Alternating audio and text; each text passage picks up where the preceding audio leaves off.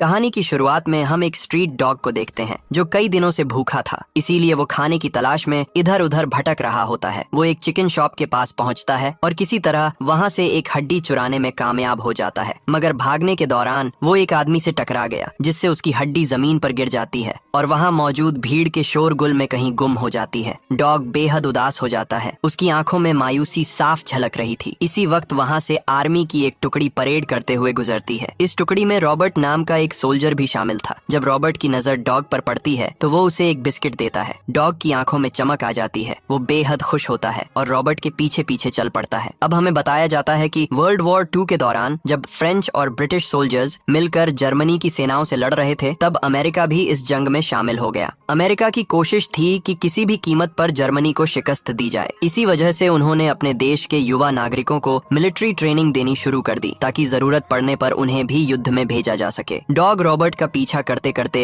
Training ground तक पहुंच जाता है। रॉबर्ट बाकी सोल्जर्स के साथ कैंप के अंदर चला जाता है। डॉग भी एक टूटी हुई दीवार से भीतर घुस आता है और खाने की खुशबू का पीछा करते करते किचन तक पहुंच जाता है, मगर कुछ खाने से पहले ही शेफ उसे देख लेता है और डांटते हुए बाहर भगा देता है। डॉग वहां से भागता है और फिर रॉबर्ट से टकरा जाता है। रॉबर्ट को देखकर वो फिर से खुश हो जाता है। रॉबर्ट उसे समझाने की कोशिश करता है कि उसके पास अब और बिस्किट नहीं है, लेकिन डॉग को उसकी बात समझ नहीं आती। अब वो रॉबर्ट के साथ ही रहना चाहता है। ट्रेनिंग के दौरान जब सीनियर ऑफिसर डॉग को देखता है तो उसे डॉग बेहद पसंद आता है। वो रॉबर्ट को कहता है कि ट्रेनिंग खत्म होने के बाद डॉग को कुछ खाने को जरूर दे। ट्रेनिंग के बाद रॉबर्ट डॉग को अपने साथ कैंटीन में ले आता है और उसे खाने को देता है। रॉबर्ट के दोस्त उसे समझाते हैं कि अगर कर्नल ने इस डॉग को यहाँ देख लिया तो वो बहुत नाराज होंगे और डॉग को यहाँ से भगा देंगे। अगले दिन जब रॉबर्ट बाकी सोल्जर्स के साथ ट्रेनिंग कर रहा होता है तो डॉग भी उसके साथ साथ दौड़ता है, खेलता है और खूब मस्ती करता है। ट्रेनिंग के दौरान जब सीनियर ऑफिसर्स ये देखते हैं कि ये डॉग बाकी स्ट्रीट डॉग्स की तरह गन की आवाज से डरता नहीं बल्कि इंसानों की बातें भी जल्दी समझ लेता है, तो उन्हें यकीन हो जाता है कि ये डॉग मामूली नहीं है और मिलिट्री के काम आ सकता है। रात में जब रॉबर्ट डॉग के साथ खेल रहा होता है तो वो उसे स्टबी नाम देता है। वो उसे इंसानी बातें समझने की ट्रेनिंग भी देने लगता है। नेक्स्ट डे जब कर्नल मिलिट्री कैंप में ऑफिसर्स से मिलने आता है तो वहाँ स्टबी भी मौजूद होता है। स्टबी ये देखता है कि सभी ऑफिसर्स कर्नल को सलाम कर रहे हैं तो वो भी उनकी नकल करते हुए कर्नल को सैल्यूट करता है। कर्नल को ये बात बहुत पसंद आती है और वो स्टबी को कैंप में रहने की इजाजत दे देता है। कैंप में रहते हुए स्टबी सबका चहेता बन जाता है। वो ऑर्डर्स समझने लगता है और ऑफिसर्स भी उससे बेहद मोहब्बत करने लगते हैं। अब वो दिन भी आ जाता है जब कैंप के ऑफिसर्स को जंग के मैदान में रवाना होना था। इनकी टुकड़ी का नाम यैंकी डिवीजन रखा गया। जंग के मैदान में भेजे जाने से पहले कर्नल सभी ऑफिसर्स को गुड लक कहते हैं और स्टबी को कैंप में ही रुककर आने वाली टुकड़ी की ट्रेनिंग में मदद करने का हुक्म देते हैं। रॉबर्ट ये सुनकर उदास हो जाता है। वो स्टबी को अपने से अलग नहीं करना चाहता, लेकिन उसके पास कोई चारा नहीं होता। रवाना होने से पहले रॉबर्ट स्टबी को एक बैच देता है। स्टबी इसे पाकर बेहद खुश होता है। रॉबर्ट शेफ को कहता है कि वो स्टबी का ख्याल रखे और फिर ट्रेन की तरफ रवाना हो जाता है। स्टबी किसी तरह खुद को रस्सी से आजाद कर लेता है और रॉबर्ट की स्मेल का पीछा करते हुए उस ट्रेन तक पहुंच जाता है जिसमें रॉबर्ट और बाकी सोल्जर्स बैठे होते हैं। अब स्टबी भी उस ट्रेन में सवार होकर शिप तक पहुंच जाता है। जब वो रॉबर्ट को शिप में चढ़ते देखता है तो वो भी एक बॉक्स में छुप जाता है जिसे उसी शिप पर लोड किया जा रहा होता है।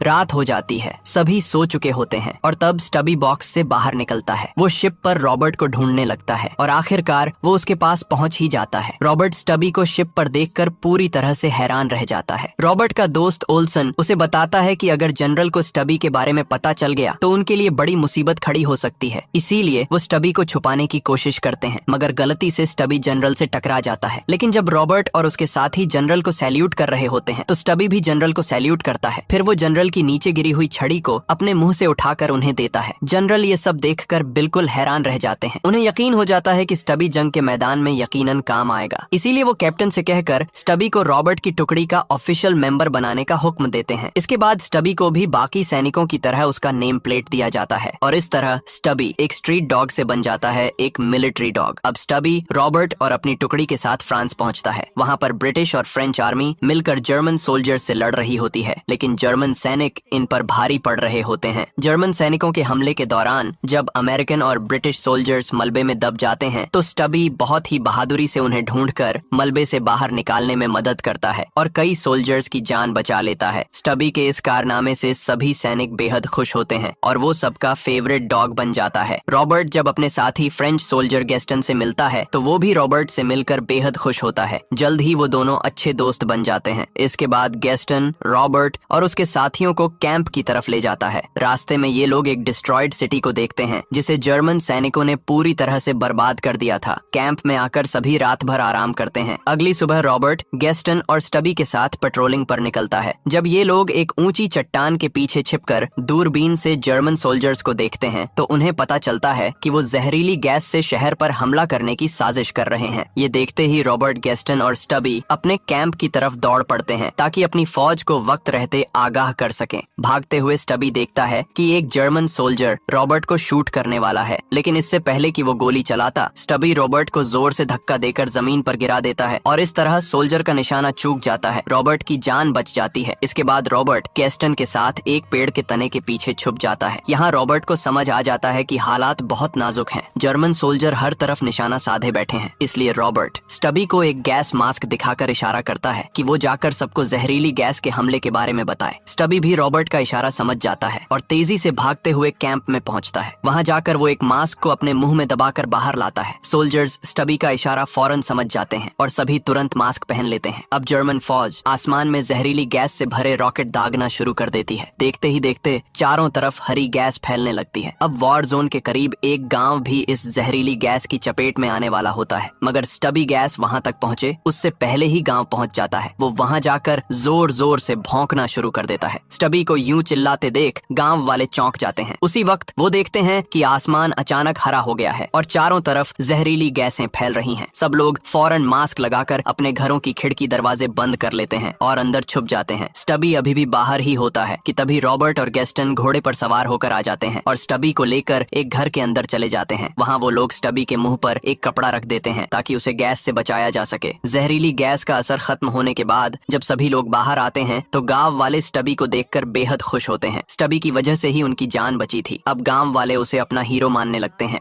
कैंप में वापस आने के बाद कैप्टन बताता है कि जर्मन सेना की गोलीबारी के बाद से एक सोल्जर कहीं गायब हो गया है। बहुत कोशिशों के बावजूद उसका लोकेशन नहीं मिल पाया। स्टबी कैप्टन की बात को भी समझ जाता है। वो अपनी तेज सूंघने की ताकत का इस्तेमाल करते हुए जर्मन सेना की तोपों और गोलियों से बचते हुए उस घायल सोल्जर को ढूंढ निकालता है। अब ये लोग स्मोक ग्रेनेड की मदद से उस सोल्जर को रेस्क्यू कर लेते हैं और इस तरह स्टबी की बहादुरी की वजह से उस सोल्जर की जान बच जाती है। इसके बाद रॉबर्ट की टुकड़ी को लड़ाई के लिए एक दूसरी जगह शिफ्ट करने का हुक्म दिया जाता है। जाने से पहले गांव की एक लेडी स्टबी को अपने हाथों से बनाई हुई जैकेट तोहफे में देती है और गेस्टन उसे एक मास्क देता है ताकि अगर फिर से जहरीली गैसों का हमला हो तो स्टबी के पास बचने के लिए प्रॉपर मास्क मौजूद हो। इसके बाद ये सभी लोगों से अलविदा लेकर रवाना हो जाते हैं। अगले सीन में कर्नल सभी सोल्जर्स को बताते हैं कि अब उन्हें जर्मन सोल्जर्स से फेस टू फेस लड़ाई करनी है। यहाँ पहुँचने के बाद इनकी और जर्मन आर्मी के दरमियान एक खतरनाक जंग होती है। इस जंग में स्टबी भी अहम किरदार अदा करता है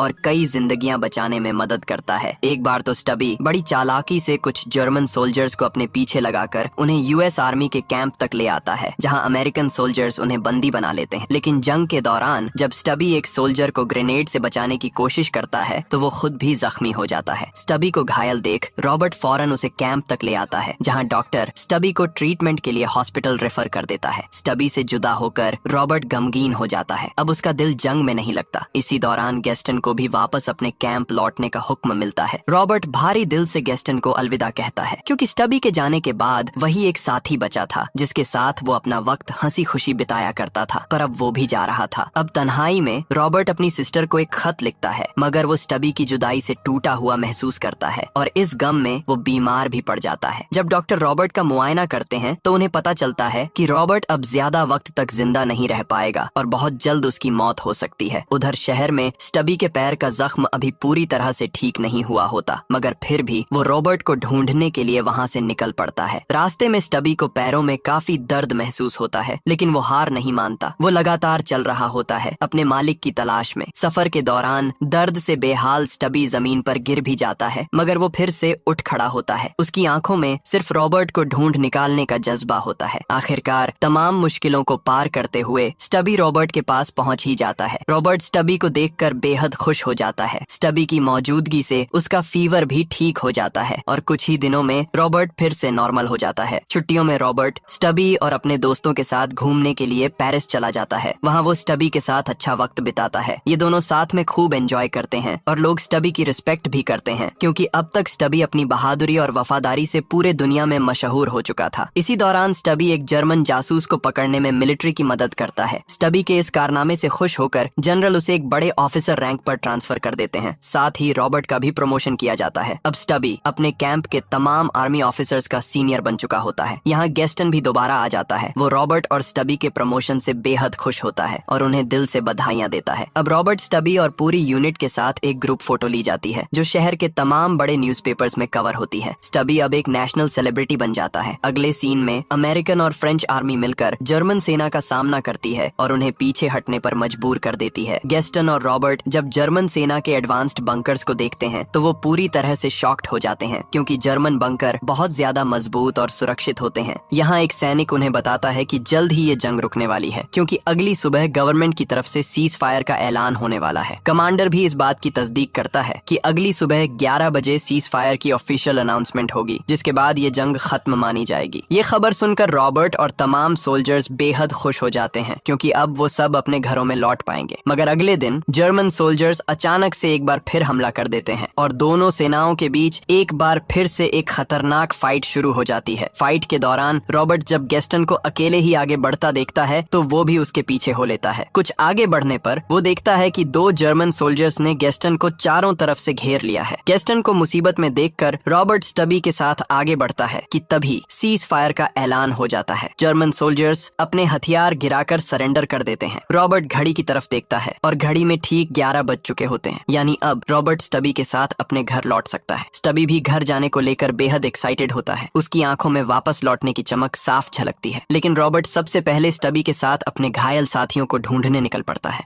इसी दौरान रॉबर्ट को अपने बेस्ट फ्रेंड की टोपी मिलती है, जिसका मतलब होता है कि वो युद्ध में शहीद हो चुका है। ये देखकर रॉबर्ट बेहद दुखी हो जाता है। वो गेस्टन के साथ मिलकर अपने जिगरी दोस्त को आखिरी अलविदा कहता है। इसके बाद रॉबर्ट गेस्टन से रुखसत लेता है और स्टबी अब अपने कैंप के बाकी ऑफिसर्स के साथ अपने शहर की ओर रवाना हो जाता है। बंदरगाह पर लोग भारी तादाद में जमा होते हैं स्टबी का इंतजार करने के लिए। स्टबी अब तक पूरे मुल्क में एक हीरो बन चुका होता है। वहाँ उसका इस्तकबाल एक सीनियर मिलिट्री ऑफिसर की तरह किया जाता है। एक फोटोग्राफर स्टबी की एक ऐतिहासिक तस्वीर खींचता है, जो आज भी दुनिया भर में मशहूर है, क्योंकि ये एक हकीकत है। स्टबी ने अपने मुल्क के लिए इस जंग में अहम किरदार निभाया था। उसने 17 जंगों में सैनिकों का साथ दिया, उनकी जान बचाई और अपने जज्बे से सबका दिल जीत लिया। ये कहानी हमें सिखाती है एक छोटा सा स्ट्रीट डॉग जिसके पास न कोई वर्दी थी न कोई ओहदा, लेकिन उसके सीने में जो जज्बा था वो शायद किसी सोल्जर से कम नहीं था। उसने हमें सिखाया कि बहादुरी कभी वजन या शक्ल की मोहताज नहीं होती। उसने ये भी साबित किया कि इंसानियत सिर्फ इंसानों में नहीं होती। स्टबी चला गया, लेकिन उसकी वफादारी, उसका प्यार और उसकी कुर्बानी हमेशा के लिए इस दुनिया में दर्ज हो गई, और शायद यही है एक सच्चे हीरो की पहचान। अगर ये कहानी आपके दिल को छू गई हो तो इसे उन सब के साथ जरूर शेयर कीजिए जो वफा की कीमत जानते हैं। मिलते हैं अगली कहानी में, जहाँ हर किरदार कुछ सिखा कर जाता है।